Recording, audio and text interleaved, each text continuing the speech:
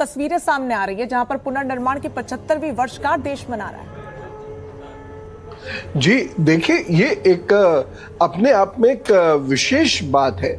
इतिहास के दृष्टि से यदि हम देखते हैं तो भी, और यदि हम वॉरफेयर की दृष्टि से देखते हैं तो भी, और अगर हम धर्म की दृष्टि से देखते हैं, अध्यात्म की दृष्टि से देखते हैं तो भी। अब देखिए, पहला हमला होता है 649 ईस्वी में। उसके बाद जो दूसरा हमला, बड़ा हमला होता है, वो होता है 725 में, जिसमें जो अल जुनैद नाम का एक सिंध का सूबेदार था, उसकी वजह से इस मंदिर को तोड़ दिया गया। फिर प्रतिहार राजाओं ने इसको फिर से बनवा दिया। उसके बाद 1024 में सोमनाथ पर फिर आक्रमण करता है महमूद गजनवी, और देखिए वो कितना नीच व्यक्ति था, और लोग उसे यहाँ के अनजाने में उसे इतनी इम्पोर्टेंस दे देते हैं, जबकि वो जहाँ का कहा जाता है वहाँ उस गांव के लोग भी उसे नहीं जानते थे। तो जो गजनवी है, 5000 लोगों के साथ वो आता है और उस मंदिर को अच्छे से लूटता है। तो सोमनाथ में गांव के लोग और वहाँ के पुजारी निहत्थे उनसे भिड़ जाते हैं। देखिए कितना जबरदस्त उनके भीतर भक्ति भाव रहा होगा। वो उनसे भिड़ जाते हैं, अपना बलिदान उनको देते, जो शिव जी है उनको समर्पित करते हैं, अर्पित कर देते हैं। तो बहुत सारे लोग उसमें मारे भी गए, और वो यहाँ से कमरे से हमारे किवाड़ तक उखाड़ के ले गया। वो ऐसा कहते आतताई था। उसके बाद ये लगातार इसमें हमला होता रहा। अच्छा, वो तो जो हमले होते रहे, चाहे वो 1297 में हुआ या 1665 में हुआ, लेकिन दुख की बात ये है कि जब हमारा देश आजाद हुआ तो भी यहाँ के जो लोग थे वो आतताइयों जैसा व्यवहार क्यों कर रहे थे। लेकिन उसके बावजूद डॉक्टर राजेंद्र प्रसाद जी और जो एक महान पुरुष मैं कहूंगा सरदार वल्लभ भाई पटेल जी, काटजू जी, ये सब लोग खड़े हो गए। इन्होंने पार्टी पॉलिटिक्स को अलग करके और सोमनाथ का पुनर्निर्माण कराया। तस्वीरें सामने आ रही हैं जहां पर थोड़ी देर पहले उन्होंने जलाभिषेक किया प्रधानमंत्री ने, और अब ये तस्वीरें मंत्रोच्चार के साथ यहाँ पर पूजा की इस पूरी प्रक्रिया को किया जा रहा है। राज मिश्रा जी, ये बहुत सुंदर दृश्य है। देवाधिदेव महादेव भगवान शंकर का अभिषेक के लिए जो पूरी प्रक्रिया है, और यहाँ देश का मुखिया जब कोई प्रार्थना करता है तो पूरे विश्व के लिए होता है। देश का मुखिया सिर्फ अपने लिए प्रार्थना नहीं करता है। ये कहा जाता है कि यदि राजा धार्मिक हो तो वो देश निश्चित रूप से वृद्धि करता है, वो देश निश्चित रूप से आगे बढ़ता है। और आज उस प्रक्रिया को हम देख रहे हैं जहां पर बहुत श्रद्धा से आदरणीय प्रधानमंत्री जी बैठ करके रुद्राभिषेक की जो प्रक्रिया है, देवाधिदेव महादेव भगवान शंकर जो कि भाग्य के विधाता है, राष्ट्र के विधाता है, उनकी आज सुंदर जो पूजा है वो यहाँ पर कर रहे हैं। और जो आप लोग श्रवण कर रहे हैं वो पूजन से पहले जो स्वस्ति मंत्र है, जिसमें स्वस्ति वाचन की बात की जाती है, वो स्वस्ति वाचन किया जा रहा है, भगवान का आवाहन किया जा रहा है, भगवान की वो जो शिवलिंग है उसकी प्रतिष्ठा की जा रही है। जनरली शिवलिंग अपने आप में प्राण प्रतिष्ठित होता है, लेकिन उसकी प्रतिष्ठा की जा रही है। उसके बाद आदरणीय प्रधानमंत्री आपको बीच में रोकेंगे। पवन सिन्हा जी धर्मगुरु हैं, हमारे साथ जुड़े हुए हैं, आप कुछ कहना चाह रहे हैं पवन सिन्हा जी? जी जी, जो अभी राज भाई कह रहे थे, इसी बात को मैं आगे बढ़ाता हूं कि उस समय भी ऐसी परंपरा थी, श्री राम के समय भी ऐसी परंपरा थी। और ये कहा जाता था कि जितने भी राजवंश के लोग हैं, ये शाम को सज धज के और नगर के प्रमुख मार्गों से होकर प्रजा से मिलते हुए जाया करें। ये एक नियम था राजा के लिए। हम पढ़ते भी हैं, हमने पढ़ाया, हम पढ़ाते भी हैं इस विषय को। तो इससे ये नियम था।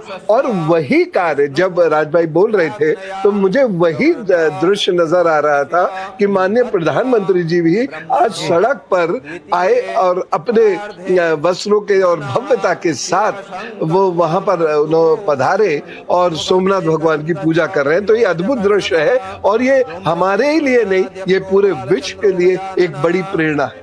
जी जी आचार्य जी। तो उस प्रक्रिया को, और एक्चुअल में जब हम इस प्रक्रिया को देखते हैं तो मुझे लगता है शास्त्र एक बात कहता है कि भारतीय प्रतिष्ठा द्वय, संस्कृति और संस्कृतम, यदि भारत की प्रतिष्ठा को बरकरार रखना है तो हमें अपने संस्कृति को बरकरार रखना होगा, और यदि हमें संस्कृति को बरकरार रखना है तो इस प्रकार के दृश्य हमें बार बार दिखने चाहिए। तो जब आज प्रधानमंत्री जी, जो आप लोग हाथ में उनके जल देख पा रहे हैं, जो हाथ में बिल्लो पत्र देख पा रहे हैं, जो हाथ में एक चांदी के पात्र में पुष्प डाला हुआ है, उस पुष्प के अंदर चावल भी डाला हुआ है, कुमकुम इत्यादि डाल करके, और संकल्प करता है।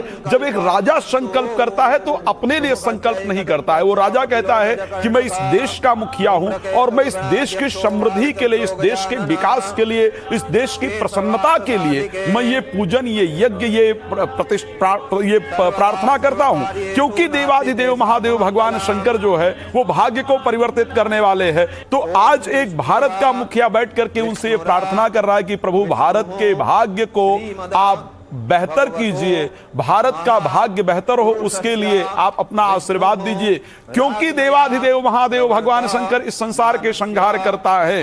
इसलिए मैं दोबारा उस विषय पर आऊं कि जिसने भगवान शंकर के इस विग्रह को, इस मंदिर को नष्ट करने का प्रयास किया, वो नष्ट हो गए और मंदिर उसी प्रकार है। तो आज एक मुखिया ये प्रार्थना कर रहा है कि इस भारत के अंतर्गत शांति हो, इस भारत के लोगों का स्वास्थ्य बेहतर हो, भारत के लोगों की आयु में वृद्धि हो। तो उस प्रकार की प्रार्थना आज आदरणीय हम प्रधानमंत्री नरेंद्र मोदी जी के द्वारा देख पा रहे हैं। तो यहां पर क्योंकि अभी संकल्प की प्रक्रिया होगी, मुझे लगता है लघु रुद्राभिषेक इत्यादि भगवान शंकर के 16 विशेष मंत्र हैं। बात आचार्य जी आप कह रहे थे ना कि राजा जो है अपने देश के लिए करते हैं।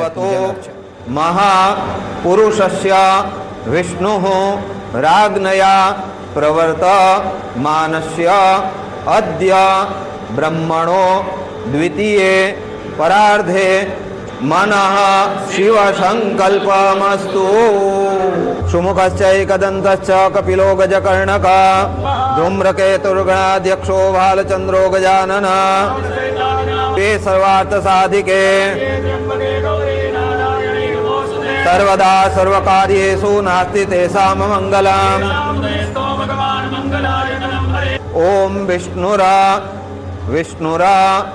विष्णुः श्रीमद भगवतो महापुरुषस्य विष्णुः राज्ञया प्रवर्तमानस्य अद्य ब्रह्मणो द्वितीये परार्धे मनः शिव संकल्पमस्तु।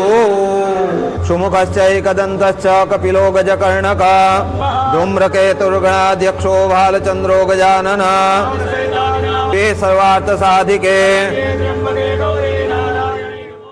ओम पय पृथिव्यां पयोखदे गोपयो दिव्यन्तरिक्षे पयोधा आचमनीयं समर्पयामि दधिस्नानं स्वस्य वादिनः रविनो मुखाकर्पण आयुगुफितारिकद शम्भ सदाशिवाय महारुद्राय नमः दधिस्नानं समर्पयामि। ओम मधुवातारितायते मधुक्षरन्ति सिन्धवः जो निरीन्द्राय त्वा जुष्टतमं शर्करास्नानान्ते शुद्धोदकस्नानम् आचमनीयं समर्पयामि। ओम नमस्ते रुद्रमन्यौतोतैखवे नमः बाहुभ्यामुतते नमः जाते रुद्रशिवा तनूरघोरा पापकाशिनी तया नत्तन्वा सन्तमया गिरिशन्ता विजाकशीः जामिखों गिरिशन्तास्ते बिभृगतवे शिवाङ्गेरित्रताङ्कुर्माय गोसेः पुरुखं जगता शिवेन च त्वा गिरिशाच्च वदामसि यथा नः शर्मिज्झगदयस्मगोषुमनाशता अद्योचदयुक्ता प्रथमो दैवोऽभिकता हि च सर्वाञ्जं भयं सर्वाच्च धातु धान्यो ये पराशिष्ट शान्तिर्भवतु अमृताभिषेकोऽस्तु। हर हर महादेव। ओम पय पृथिव्यां पयोखदे गोपयो दिव्यन्तरिक्षे पयोधा आचमनीयं समर्पयामि दधिस्नानं स्वस्य वादिनः रविनो मुखाकर्पण आयुगुफितारिकद शम्भ सदाशिवाय महारुद्राय नमः दधिस्नानं समर्पयामि। ओम तस्वीरें आप देख पा रहे होंगे प्रधानमंत्री नरेंद्र मोदी भगवान सोमनाथ के सामने बैठकर उनके प्रतीक स्वरूप का जलाभिषेक कर रहे हैं, पूजन कर रहे हैं। ये आम लोगों को इसका महत्व समझाने की आवश्यकता है, क्योंकि लोगों का मंदिर परिसर के मैनेजमेंट के प्रबंधन के ऊपर दबाव होता है कि हमें मुख्य जो विग्रह है या लिंग है उसी के ऊपर सारा पूजन अर्चन करना है।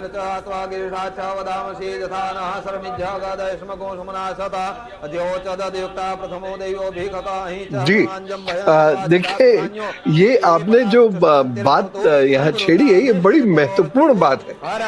एक शिवलिंग अलग है जो बाहर रखा है, जो बाहर के जिसे बाहर के दर्शन करते हैं, और ये जो मंदिर है ये सोमनाथ मंदिर की तरफ आगे बढ़ता हुआ नजर आ रहा है।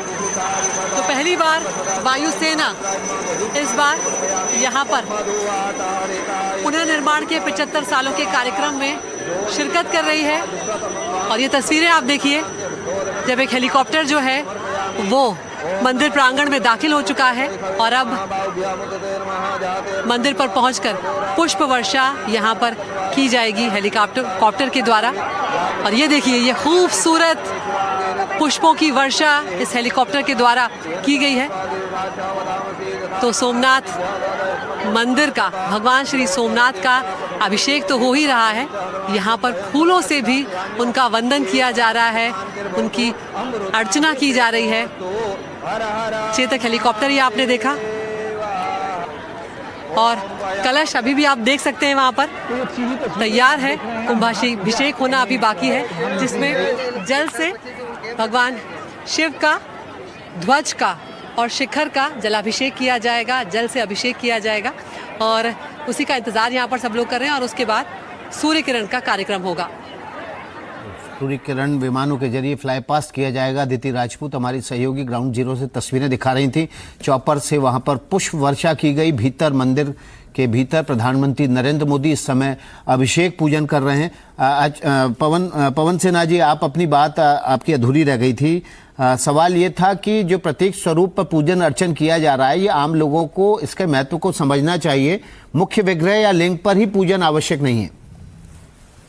जी हाँ, ये अहिल्याबाई जी ने जो असल में मंदिर बनवाया था, वहां पर वह जिसे पुराना सोमनाथ अभी हम कहते हैं, तो ये वहां पर जो शिवलिंग है, सामान्यतः वहां लोगों को नहीं जाने दिया जाता। आतताइयों से अपने भगवान को बचाने के लिए, अपने शिवलिंग को बचाने के लिए ऐसी व्यवस्था की गई होगी, ऐसा मैं सोचता हूं। और जो उस समय जो शिवलिंग था, वो उसमें वो मैग्नेटिक स्टोन था, और वो इतना जबरदस्त, मैंने इसे अपनी आंखों से उसके 2 छोटे टुकड़े अभी देखे भी थे, तो वो हवा में तैरता था, हवा में उठा हुआ रहता था, और वहां उसका अभिषेक आदि होता था। तो ये पुराना मंदिर है, जिसे पुराना सोमनाथ या बड़ा सोमनाथ ऐसा कहा जाता है। और उसके साथ साथ एक और है, यहीं पर एक बाणगंगा तीर्थ भी है। तो बाणगंगा जो तीर्थ है, वहां पर भी स्वयंभू शिवलिंग है, जो लहरों के साथ, मतलब जिनके ऊपर लहरें आती रहती है, जाती रहती है, और स्नान होता रहता है उनका। तो इस प्रकार से वहां पर जो शिवलिंग है, इसको सब लोगों को जानना तो चाहिए। लेकिन जो अभी जो नया मंदिर है, परिसर है, वहां पे शिवलिंग जो है उसी को प्रणाम करना चाहिए, वहीं की भक्ति करनी चाहिए। वो श्रेष्ठकर है, वो अच्छा रहेगा, और बाकी जो हिस्से हैं उनको नहीं छेड़ना चाहिए। बिल्कुल। और सुरक्षा के लिहाज से भी जिस तरीके से विकास जिक्र आप कर रहे थे, बहुत ज्यादा जरूरी होता है। हालांकि लोगों का दबाव जरूर रहता है, वो उनकी एक आस्था भी है। और कई तरीके की सोमनाथ मंदिर का जब जिक्र होता है तो कई कथाएं इसको लेकर राजकुमार मिश्रा जी प्रचलित हैं। एक कथा ये भी है कि चंद्रदेव ने सोमनाथ में जाकर प्रभु शिव की आराधना की थी, और तब से ये स्थल चंद्रमा यानी कि प्रतीकात्मक रूप से मन की शांति के लिए और नकारात्मकता को दूर करने के लिए बहुत सहायक है। और शायद यही वजह है कि विश्व प्रसिद्ध है, देश ही नहीं विश्व से श्रद्धा। क्या हुआ था कि महाराज दक्ष जो है वो चंद्रमा के ससुर हैं, तो दक्ष जी ने श्राप दे दिया था। चंद्रमा जो 27 नक्षत्र हैं, वो शास्त्र के अंतर्गत चंद्रमा की 27 पत्नियां मानी जाती हैं, उसके अकॉर्डिंग जो उनकी रोहिणी विशेष पत्नी, जहां पर चंद्रमा जाकर के वृष राशि में आकर एग्जॉल्टेड होते हैं, उच्चस्त होते हैं, उनके द्वारा विशेष प्रेम रहने के कारण बाकी पत्नियों ने दक्ष से अपने पिता से शिकायत किया। पिता ने बार बार समझाने का प्रयास किया, नहीं माने तो उन्होंने उनको कुष्ठता का, शरीर के रोग का आशीर्वाद, श्राप दे दिया। और जब वो श्राप मिला तो ये वही स्थान था जहां पर बैठ करके चंद्रदेव ने भगवान शंकर की श्रद्धा से आराधना की, भगवान शंकर के नाम का स्मरण किया, जप इत्यादि किया, और यहां से भगवान शिव की उनको कृपा प्राप्त हुई, जहां से उनको शरीर की आरोग्यता का वरदान मिला। बृहस्पति ने उनको पूरे ब्रह्मांड के भ्रमण का वो कहा, तो उनको औषधियों का कारक भी यहां से कहा गया, क्योंकि वो सोम यानी चंद्रमा के नाथ हैं भगवान शिव, इसलिए इस स्थान का नाम सोमनाथ पड़ा। और ये जो द्वादश ज्योतिर्लिंग है उसके अंतर्गत सबसे पहला ज्योतिर्लिंग है, जो पहले हमारे साथ पत्रकार जुड़े हुए थे, मुझे उनका नाम नहीं याद है, हर्षवर्धन त्रिपाठी जी जो जुड़े हुए थे शायद, तो उन्होंने बड़ा स्पष्ट कहा, उन्होंने भी ये बात मेंशन किया था कि ये पहला, तो जो श्लोक आता है सोमनाथे सौराष्ट्रे सोमनाथम च श्री शैले मल्लिकार्जुनम, तो वहां पर जो पहला द्वादश ज्योतिर्लिंग का जो पहला लिंग है वो ये भगवान सोमनाथ का शिवलिंग है। तो इसलिए वहां से चंद्रमा के नाथ होने के कारण इनको सोमनाथ कहा गया। इनकी अगर हम महिमा की बात करें तो मुझे लगता है जितना भी वर्णन किया जाए इस स्थान के बारे में शायद वो बहुत कम है। भी हम लोग चर्चा कर रहे थे, जब आप लोग, एक चीज आप लोगों ने सुना होगा, अभी जब संकल्प हो रहा था, मैं संकल्प की बात कर रहा था, तो वहां संकल्प में एक बहुत सुंदर शब्द प्रयोग किया जाता है, सृष्टि का प्रारंभ कहां से हुआ। बहुत लोग ये क्वेश्चन करते हैं। मुझे याद है कि जब भारत की बात की गई थी कि देश का नाम भारत होना चाहिए, इस प्रकार की चर्चा की गई, तो लोगों ने ये कहा कि मतलब ये तो खिलाफ है, भारत का नाम था नहीं, ये पार्टी लेकर के आने का प्रयास कर रहे थे। लेकिन जब संकल्प किया जाता है तो उसमें कहा जाता है भारत वर्षे, भारत वर्ष की बात की जाती है। हाँ, जम्बू द्वीपे भारत खंडे भारत वर्षे।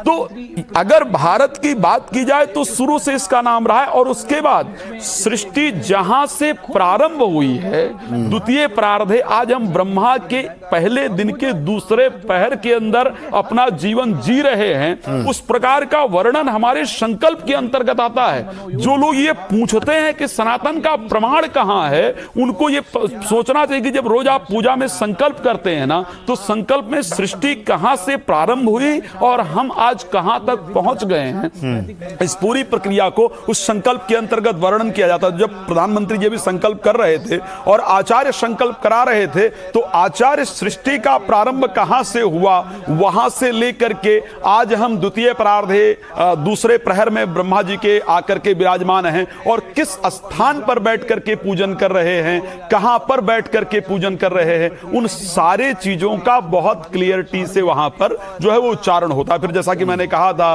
कि रुद्र सूक्त का उच्चारण किया जाएगा, तो आप सब लोग देख रहे हैं मंत्रों का जो उच्चारण हो रहा है, नमस्ते रुद्रमन्य उतोते कवै नमः भाभ्याम मुत्ते नमः जाते रुद्र शिवा तनोर घोरा पाप का स्नि, ये रुद्र सूक्त है। तो उसके द्वारा भगवान शंकर की श्रद्धा पूर्वक आराधना की जाती है, स्मरण किया जाता है।